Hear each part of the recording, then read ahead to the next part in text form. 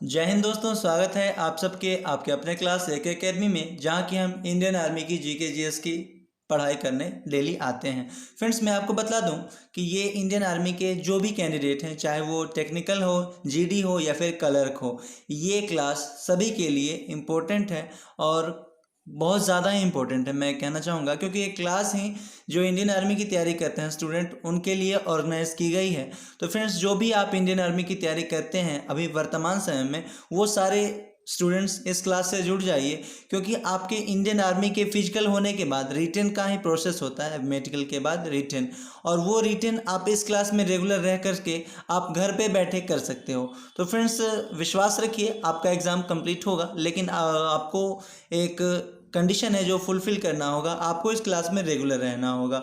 और फ्रेंड्स, अन्य दिन की तरह आज भी मैं 2 क्वेश्चन दूंगा, जिस क्वेश्चन के आंसर आपको कमेंट बॉक्स में लिख करके भेजने हैं। और कल जो मैंने क्वेश्चन दिया था उसके क्वेश्चन का डिस्कशन भी हम इस वीडियो में लास्ट में करेंगे। तो चलिए फ्रेंड्स, क्लास को स्टार्ट करते हैं।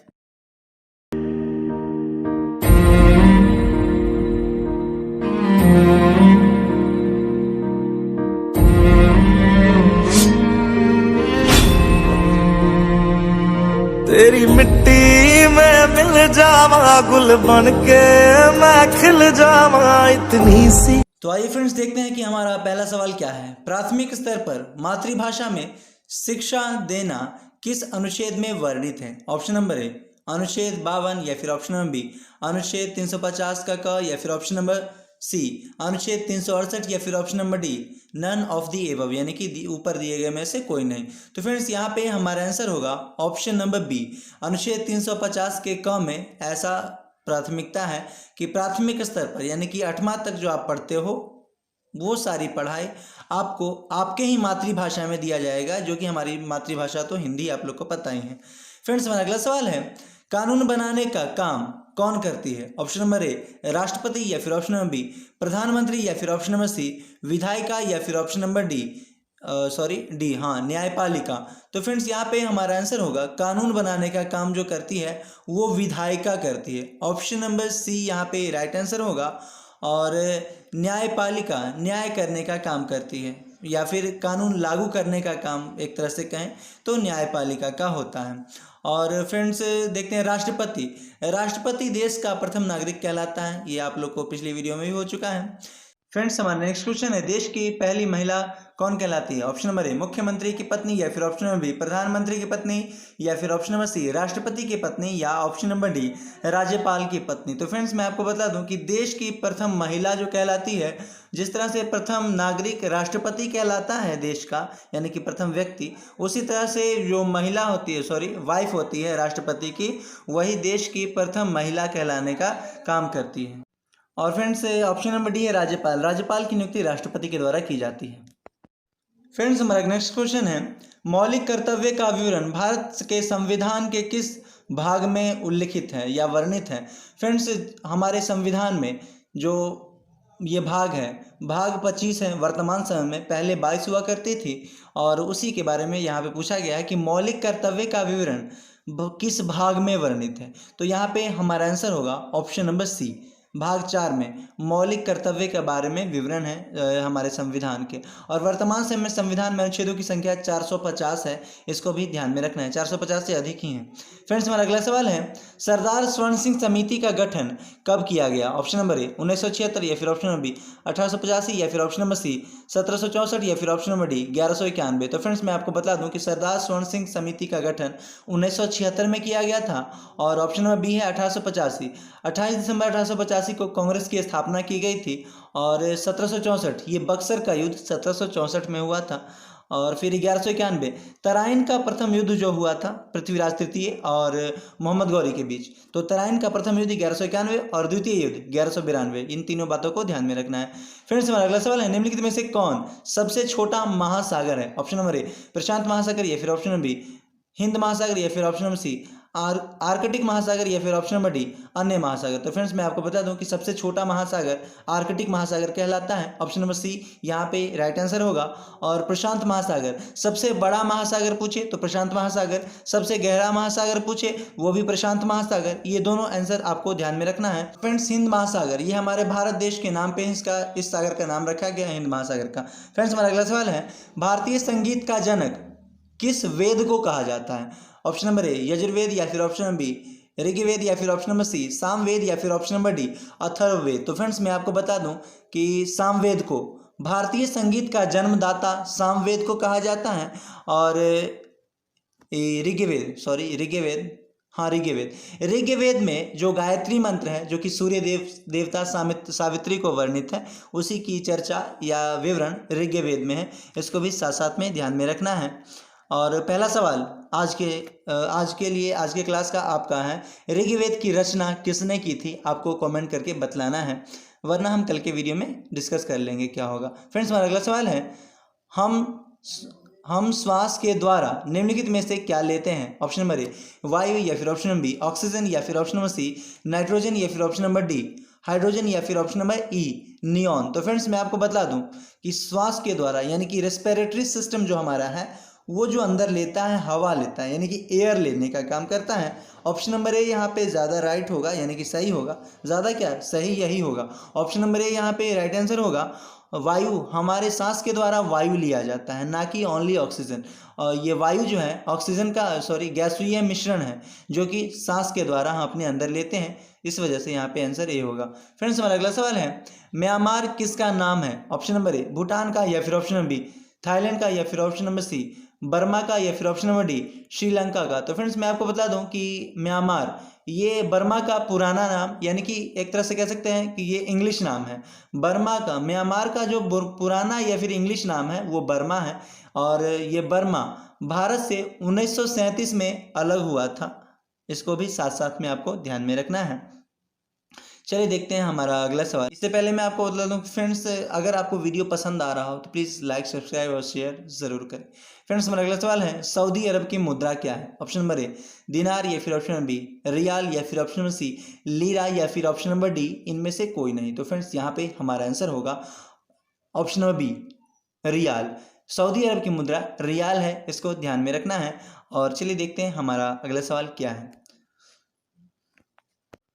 फ्रेंड्स हमारा अगला सवाल है, बांग्लादेश की मुद्रा क्या है? ऑप्शन नंबर ए रुपया या फिर ऑप्शन नंबर बी येन या फिर ऑप्शन नंबर सी डॉलर या फिर ऑप्शन नंबर डी टका। फ्रेंड्स जब तक मैं ऑप्शन बोलता हूं, अगर आपने इससे पहले इस क्वेश्चन को सुन रखा है तो आप अपना आंसर याद करके रखें कि आपका आंसर क्या है और मैंने इस वीडियो में क्या बोला है। तो फ्रेंड्स यहाँ पे हमारा आंसर होगा ऑप्शन नंबर डी टका। बांग्लादेश की मुद्रा का नाम टका है और राजधानी अगर आपसे पूछे तो आप कहेंगे राजधानी ढाका है। और रुपया, भारत देश की मुद्रा का नाम रुपया है। और येन, जापान की मुद्रा का नाम येन है। और फ्रेंड्स अमेरिका डॉलर। हमारा अगला सवाल है, श्रीलंका की राजधानी कहाँ है? ऑप्शन नंबर ए कोलंबो या फिर ऑप्शन नंबर बी जाफना या फिर ऑप्शन नंबर सी ढाका या फिर ऑप्शन नंबर डी काठमांडू। तो फ्रेंड्स मैं आपको बता दूं, श्रीलंका की राजधानी कोलंबो हुआ करती थी, जबकि वर्तमान में श्री जयवर्धने कोटे है या फिर श्री जयवर्धने पुरम, ऐसा कहीं पे आपको लिखा हुआ मिल जाएगा। तो कोलंबो पहले हुआ करती थी, जबकि अभी वर्तमान में श्री जयवर्धने पुरम या कोटे है। फ्रेंड्स हमारा अगला सवाल है, रॉकी पर्वत श्रृंखला कहाँ है या कहाँ पर स्थित है? ऑप्शन नंबर ए दक्षिण अमेरिका या फिर ऑप्शन नंबर बी उत्तरी अमेरिका या फिर ऑप्शन नंबर सी एशिया या फिर ऑप्शन नंबर डी यूरोप। तो फ्रेंड्स यहाँ पे हमारा आंसर होगा ऑप्शन नंबर बी उत्तरी अमेरिका। रॉकी पर्वत श्रृंखला उत्तरी अमेरिका में स्थित है और हमारा भारत एशिया महादेश में स्थित है। और हमारा देश अभी जो दुश्मन देश है चीन, ये भी एशिया महादेश का ही अंग है, साथ साथ में आप ध्यान में रखेंगे। और एशिया महादेश सबसे बड़ा महादेश है। फ्रेंड्स हमारा अगला सवाल है, संसार की सबसे लंबी नदी कौन सी है? ऑप्शन नंबर ए गंगा या फिर ऑप्शन नंबर बी अमेजन या फिर ऑप्शन नंबर सी यमुना नदी या फिर ऑप्शन नंबर डी नील नदी। तो फ्रेंड्स मैं आपको बता दूं, यहाँ पे हमारा आंसर होगा ऑप्शन नंबर डी नील नदी। संसार की सबसे लंबी नदी जब भी पूछे तो नील नदी यहाँ पे आंसर होगा। और यमुना नदी, यमुना नदी के किनारे दिल्ली बसा है और इसको ध्यान में रखना है। और आगरा भी यमुना नदी के किनारे ही बसा है। और गंगा 2008 में इसे भारत की राष्ट्रीय नदी घोषित कर दिया गया। फ्रेंड्स मेरा अगला सवाल है, संसार की छत किसे कहा जाता है? ऑप्शन नंबर ए इंद्रास्थल को, या फिर ऑप्शन नंबर बी कंचनजंगा को, या फिर ऑप्शन नंबर सी पामीर का पठार, या फिर option number D Indira call. Friends अगर आपको वीडियो पसंद आ रहा हो तो प्लीज़ लाइक, सब्सक्राइब और शेयर ज़रूर करें और अपने उन दोस्तों के बीच ज़रूर भेजें जो कि इंडियन आर्मी की तैयारी करते हैं। ये क्लास उनके लिए काफ़ी इंपॉर्टेंट हो सकती है और उनके फ्यूचर के लिए भी। और फ्रेंड्स आप भी इस क्लास में रेगुलर रहिए तो ज़्यादा बेहतर होगा। फ्रेंड्स यहाँ पे हमारा आंसर होगा ऑप्शन नंबर सी, पामीर का पठार को ही संसार का छत कहा जाता है। फ्रेंड्स हमारा अगला सवाल है, रडार का उपयोग किस लिए किया जाता है? ऑप्शन नंबर ए नौ संचालन में, या फिर ऑप्शन नंबर बी वायुयान का पता लगाने में, या फिर ऑप्शन नंबर सी तूफान का पता लगाने में, या फिर ऑप्शन नंबर डी बारिश का पता लगाने में। तो फ्रेंड्स मैं आपको बता दूं कि रडार ये वायुयान का पता लगाने में रडार का उपयोग किया जाता है और तूफान का पता लगाने में बैरोमीटर का उपयोग किया जाता है। इसको दोनों क्वेश्चन का ध्यान में आपको रखना है। और बारिश का पता, यानी बारिश का पता नहीं, बारिश कितना हुआ उसको मापने के लिए रेन गेज का सहारा लिया जाता है। फ्रेंड्स हमारा अगला सवाल है, खेत में यूरिया किसकी पूर्ति के लिए दिया जाता है? यानी कि हम खेत में यूरिया क्यों देते हैं? ऑप्शन नंबर ए सोडियम के लिए, या फिर ऑप्शन नंबर बी नाइट्रोजन की उपस्थिति के लिए, या फिर ऑप्शन नंबर सी पोटेशियम देने के लिए, या फिर ऑप्शन नंबर डी कैल्शियम। तो फ्रेंड्स मैं आपको बतला दूं कि यूरिया हम हमारे खेत में जो नाइट्रोजन की कमी हो जाती है उसकी पूर्ति के लिए हम यूरिया देते हैं, जो कि हमारे खेत की उर्वरा शक्ति को बनाए रखने में काम में आता है। तो ऑप्शन नंबर बी यहाँ पे राइट आंसर होगा। तो फ्रेंड्स आज के लिए आपका जो सवाल है आपको बतलाना है, लोकसभा में शून्यकाल कितने समय का होता है? तो फ्रेंड्स ये क्वेश्चन पिछली वीडियो में हो चुका है। अगर आप क्लास में रेगुलर होंगे तो आपको पता होगा कि इसका आंसर क्या होगा। ये आपको बतलाना है 2 घंटे, 1 घंटे, आधे घंटे, या फिर इनमें से कोई नहीं। और फ्रेंड्स आपका अगला सवाल है, राष्ट्रपति होने के लिए न्यूनतम उम्र सीमा क्या है, क्या निर्धारित की गई है? 25 वर्ष, 28 वर्ष, 35 वर्ष या फिर 30 वर्ष। तो फ्रेंड्स ये 2 क्वेश्चन हैं जो कि आज के आपके क्लास की है। आपको कमेंट करके ये दोनों क्वेश्चन का आंसर बतलाना है और कल के क्वेश्चन के आंसर किन किन लोगों ने क्या क्या भेजे हैं वो मैं आपको देख के अभी बतलाता हूँ। तो फ्रेंड्स कल का जो पहला सवाल था आपको बतलाना था, मनुष्य के शरीर में रक्तचाप किस यंत्र से मापा जाता है? और मनुष्य के सामान्य रक्तचाप कितना होता है? ये पहला सवाल था जिसका कि आंसर होगा ये स्फेग्मोमैनोमीटर। इसका फर्स्ट क्वेश्चन का आंसर ये होगा। और उसी में जो सामान्य रक्तचाप कितना होता है 120/80 होता है। जिन लोगों ने ये पहला सवाल का आंसर दिया है वो सही है। और मानव शरीर के किस किडनी का वजन कितना होता है ये नेक्स्ट क्वेश्चन है और इसका आंसर होगा 140 से 50 ग्राम, यानी कि लगभग ये एवरेज है, यानी 140 से 50 ग्राम होता है। फ्रेंड्स देखते हैं कि किन किन लोगों का क्वेश्चन ये आंसर वही आया है जो कि मैंने बोला है। तो देखते हैं, आइए देखते हैं कमेंट बॉक्स में। शिवानी कुमारी आपका कमेंट है, जय हिंद सर। जय हिंद। चलिए धीरू कुमार आपने कहा है मनुष्य के किडनी का वजन 140 से 150 ग्राम होता है, सही जवाब है आपका।